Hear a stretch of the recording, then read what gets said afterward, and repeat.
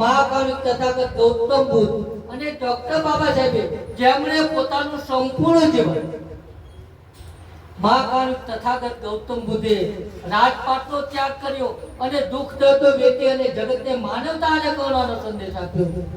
Doctor Baba Saheb મહામાનવ, બોધિસત્વ, symbol of knowledge, શોષિતો, પીડિતો, વંચિતોના ઉદ્ધારક, મહિલાઓના મુક્તિદાતા.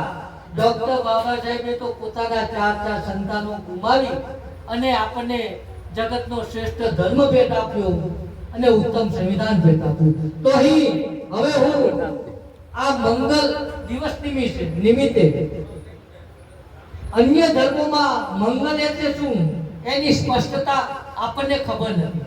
કારણ કે લગ્ન વખતે 4 મંગલ કહે છે. હકીકતમાં એ શું છે એની કહેવું પણ આપણે વ્યાજબી નથી માનતા, એની હું ચર્ચા નથી કરતો. પણ બૌદ્ધ ધર્મ પ્રમાણે જ્યારે આપણા ઘેર આવતા પ્રસંગો એને મંગલ કહેવામાં આવે છે. તો મંગલ એટલે શું એની સ્પષ્ટતા કરતા મહાકાળ તથાગત ગૌતમ બુદ્ધ આપણને આર્ષ મંગલો કહે છે. જે મંગલો હું આપની સમક્ષ વાંચી શકું, જેને આર્ષ મંગલ કહેવામાં આવે છે. કારણ કે જ્યારે મંગલની ચર્ચા થતી હોય તો મંગલ એટલે શું એ પણ આપણે સમજવું જોઈએ. તો અહીં મહાકાળ તથાગત ગૌતમ બુદ્ધે આપણને આર્ષ મંગલો સમજાવ્યા છે, જેને મહામંગલ સૂત્ર કહેવામાં આવે છે. તો આપ સૌને નમ્ર વિનંતી, થોડીક વાર લાગશે કારણ કે આર્ષ મંગલો છે. તો આપ સૌને વિનંતી, આપ સૌ શાંતિ, જે રીતે અત્યાર સુધી શાંતિ રાખી એ જ રીતે શાંતિ રાખી. એવું મેં સાંભળ્યું છે કે એક સમયે ભગવાન સાવસ્તી નગરીના જેતવનમાં અનાથ પિંડક દ્વારા બનાવેલા સંઘારામમાં વિહાર કરી રહ્યા હતા. તે વખતે રાત મોટે ભાગે વીતી ગઈ હતી.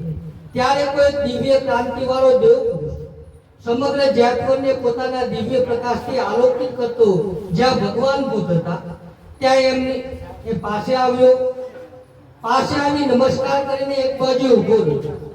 એક બાજુ ઊભા રહેલા તે દેવ પુરુષે ભગવાનને આ પ્રમાણે ગાથામાં કહ્યું કે કલ્યાણની ઈચ્છા કરતા અનેક દેવો અને મનુષ્યોએ મંગલ બાબતો પર ચિંતન કર્યું છે.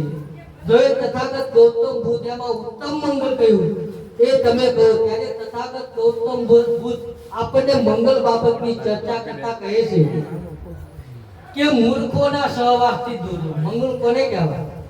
કે મૂર્ખોના સહવાસથી દૂર રહેવું, સુજ્ઞજનોની સંગત કરવી અને પૂજ્યજનોની પૂજા કરવી, આ ઉત્તમ મંગલ છે. પછી આગળ કહે છે કે અનુકૂળ પ્રદેશમાં વર્તવું, જ્યાં આપણો જીવન નિર્વાહ વ્યવસ્થિત રીતે ચાલી શકે એવા અનુકૂળ પ્રદેશમાં વસવું, પુણ્યનો સંચય કરવો અને સન્માનમાં મન દ્રઢ રાખવું, આ ઉત્તમ મંગલ છે. આગળ કહે છે અનેક વિદ્યાઓ સંપાદન કરવી, કલાઓમાં નિપુણ થવું, વિનયમાં સુંદર તાલીમ મેળવી અને સમુચિત વાણી રાખવી, આ ઉત્તમ મંગલ. 2500 વર્ષ પહેલા તથાગત ગૌતમ બુદ્ધ કહે છે કે મંગલ કોને કહેવાય? તો કે અનેક વિદ્યાઓ સંપાદન કરવી, કલાઓમાં નિપુણ થવું, વિનયમાં સુંદર તાલીમ મેળવવી અને સમુચિત વાણી રાખવી, આ ઉત્તમ મંગલ છે. બોધિસત્વ ડોક્ટર બાબા સાહેબે એક જ વાક્યમાં કહ્યું કે તમે શિક્ષિત બનો. શિક્ષિત બનવાનો મતલબ થાય છે અનેક વિદ્યાઓ સંપાદન કરવી, કલાઓમાં નિપુણ થવું, વિનયમાં સુંદર તાલીમ મેળવવી અને સમુચિત વાણી રાખવી. પછી આગળ કહે છે કે મંગલ કોને કહેવાય? તો કે માતા પિતાની સેવા કરવી, સ્ત્રી બાળકોની સંભાળ રાખવી અને અસ્તવ્યસ્ત કામો ન કરવા, આ ઉત્તમ મંગલ કોને કહેવાય? કે જેણે અનેક કષ્ટો વેઠીને આપણને મોટા કર્યા છે, આપણા સપનાઓ સાકાર કર્યા છે, આપણી તમામ ઈચ્છાઓ પોતે ગરીબ હોવા છતાં પોતે અર્ધ પૂછ્યા લઈને પૂરી કરી છે.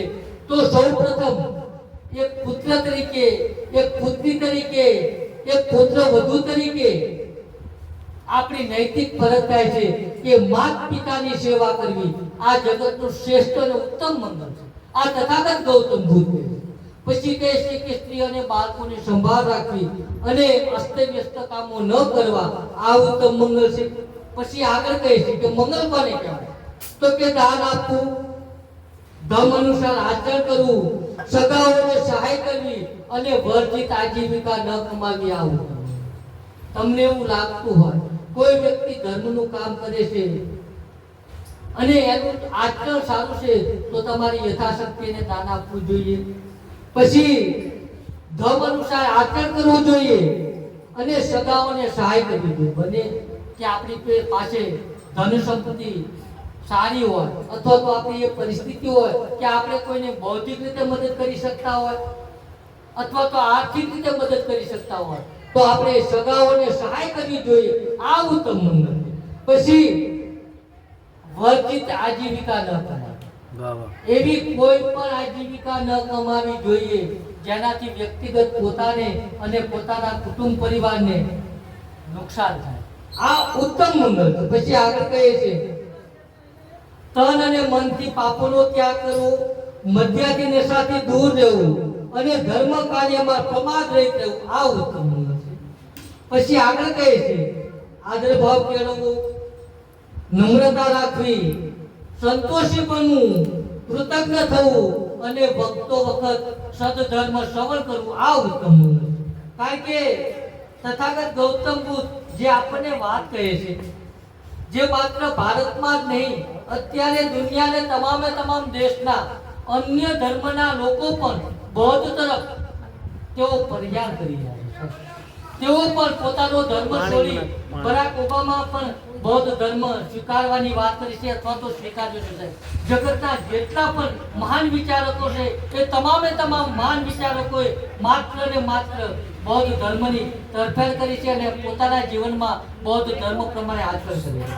પછી આગળ કહે છે કે ક્ષમાશીલ બનવું, મૈત્રીપૂર્ણ વચન બોલવા, સ્વમનોના દર્શન કરવા અને સમયાંતરે ધર્મ ચર્ચા કરવી. આ ઉત્તમ મંગલ છે.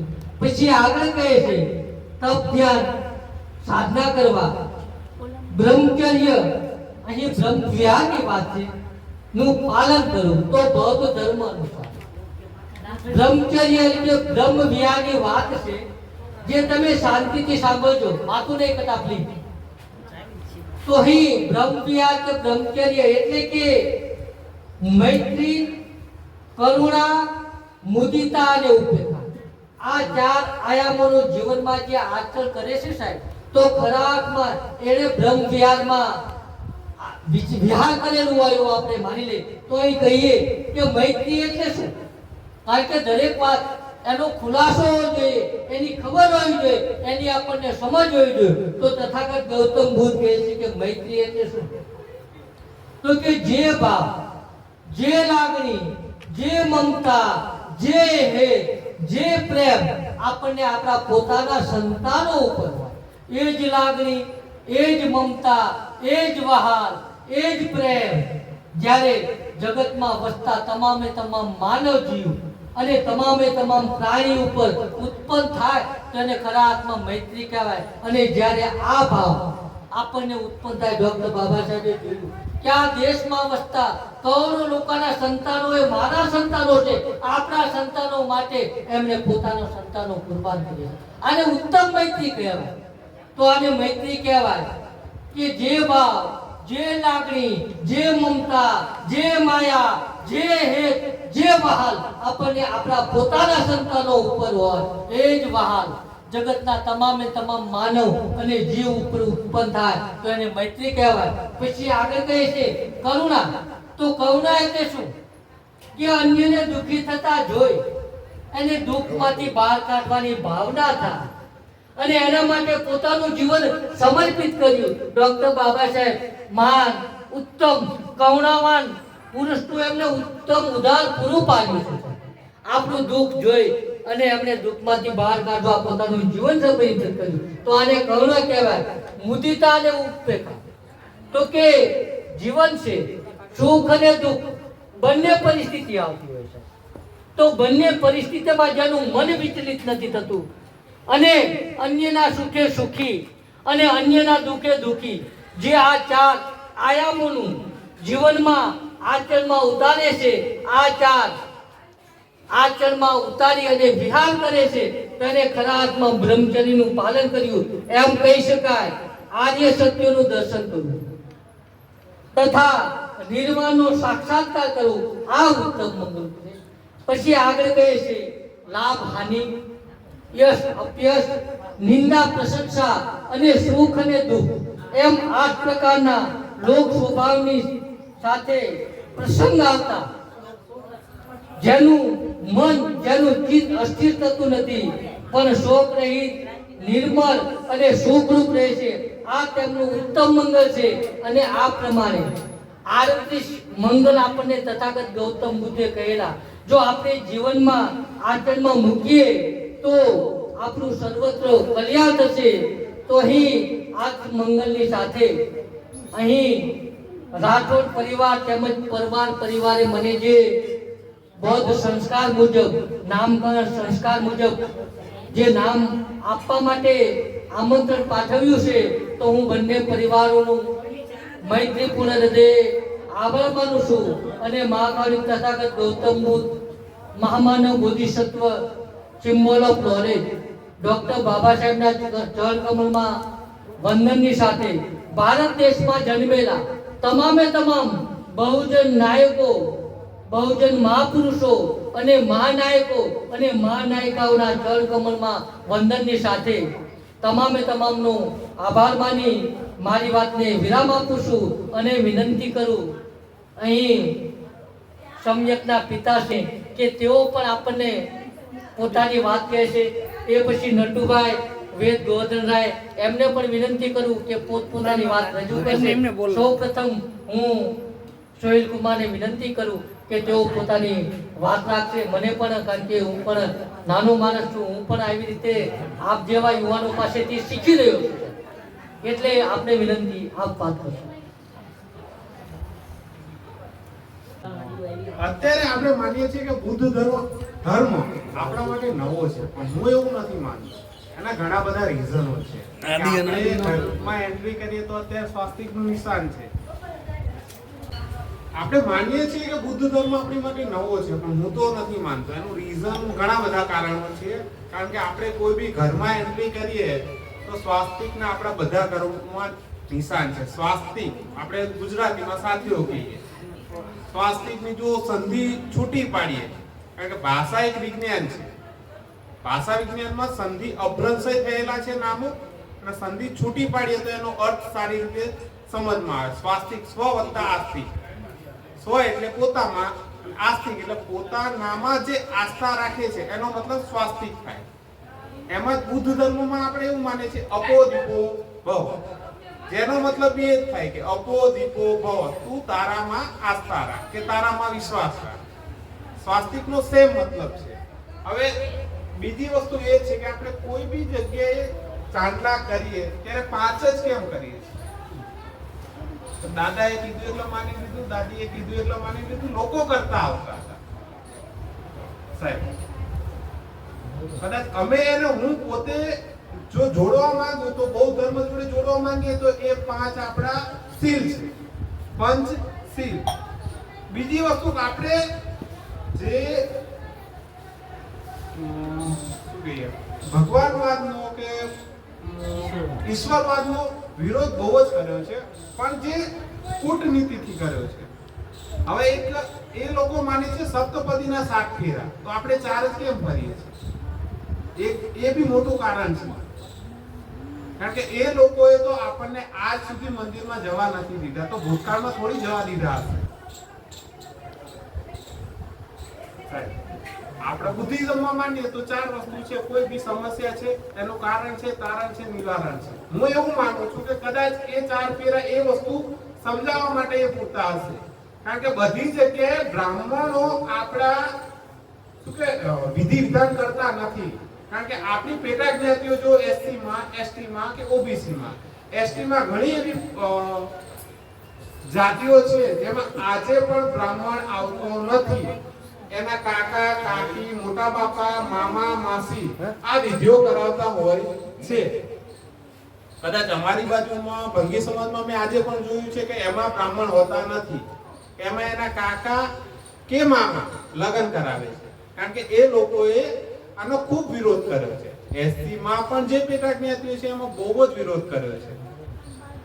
એટલે તો ભંગીનો બી તમે જેને યજ્ઞનો ભંગ કર્યો છે એ લોકોને ભંગી કહેવામાં આવે છે. આજે એ નામ લેવું પણ એ લોકો શરમ અનુભવે છે, પણ જેનો સાચો ઇતિહાસ ખબર છે એ તો એને જોઈ કરી શકે છે કે ભાઈ અમે હવનો ભંગ કર્યા હતા.